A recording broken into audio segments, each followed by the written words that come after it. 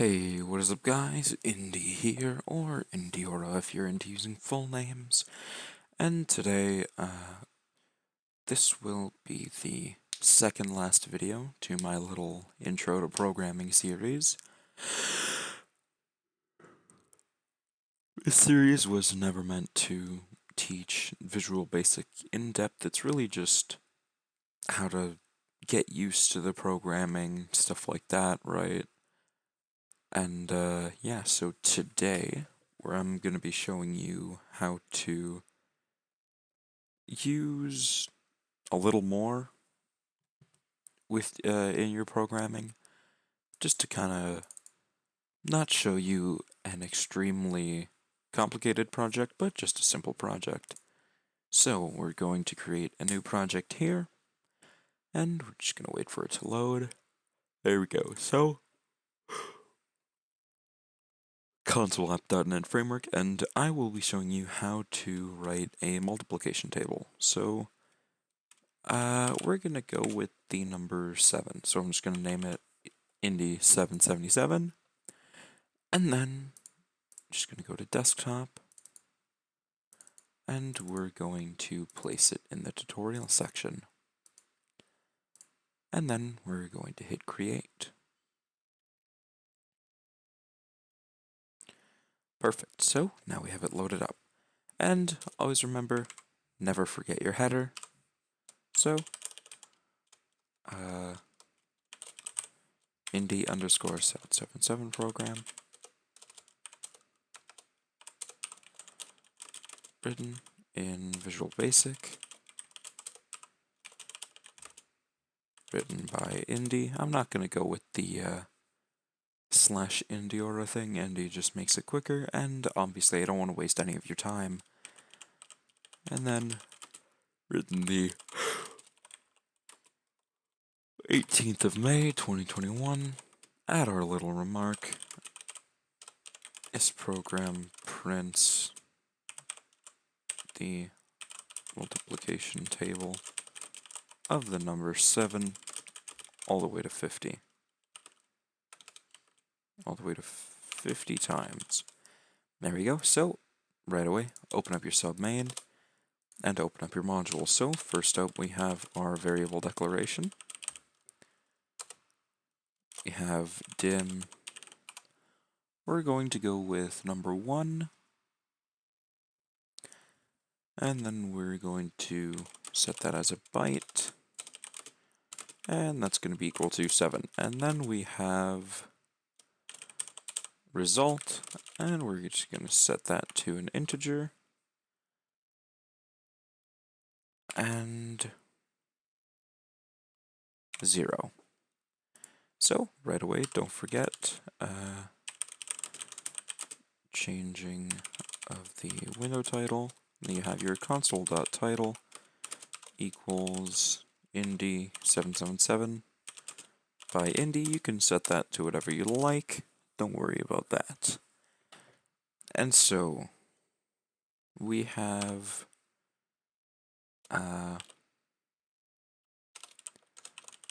printing of the title text. Gonna have a good old console.writeLine. Multiplication table of the number. Don't forget to set a space because of your string concatenation. Then we're going to have number 1. And something I learned, you can use VB new line instead of adding a empty console.writeLine. There you go. So now we have for loop to show the multiplication table. So we're just going to have 4. We're going to do for loop 1 equals 1 to 50. And then right here, we're going to have our calculation. So we have number 1. So we're going to have result, not reader options. Result equals number 1 times for loop 1. And then printing of the equation.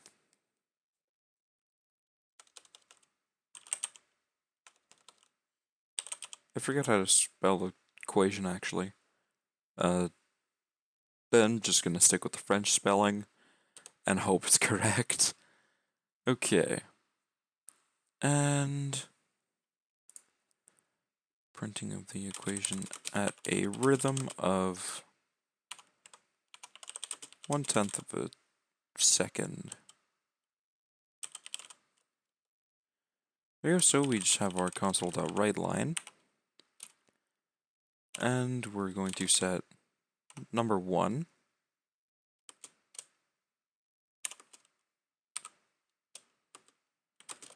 We're going to do that. And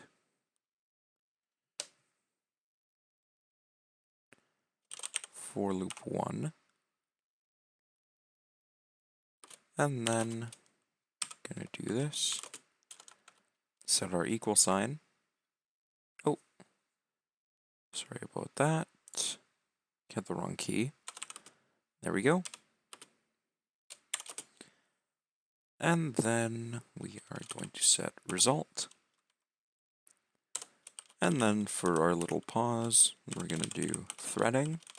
So threading.thread.sleep, and 1/10 of a second is 100 milliseconds. Sleep always works in milliseconds. And then we have our next here, so I'm just going to get rid of that line.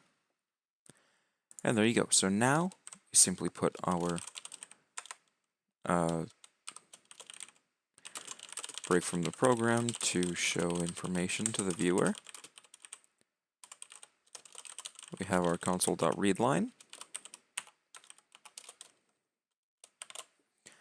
And there you go. So we're just going to save that. And we're going to debug it.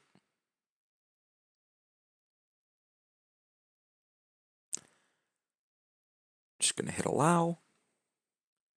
And there we go, multiplication table of the number 7, and as you can see, it is going. So, right up to 7 times 50, everything works. So we are going to add a nice little color here.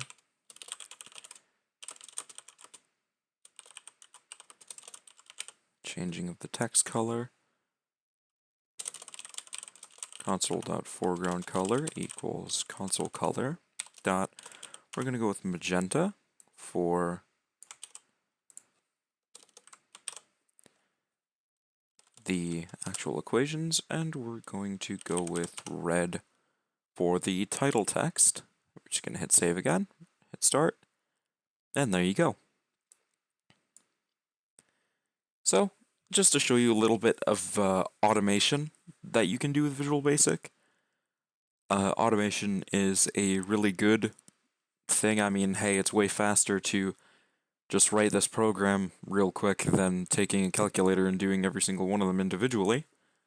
And it even works for larger numbers too. Say we have 20, right? So just hit start. And then multiplication table of the number 20, as you can see. And then it is multiplying everything by 20.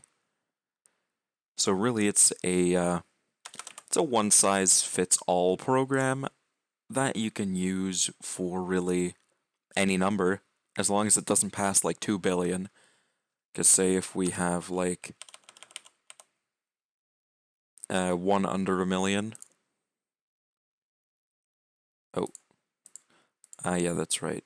We would need to set this to an integer.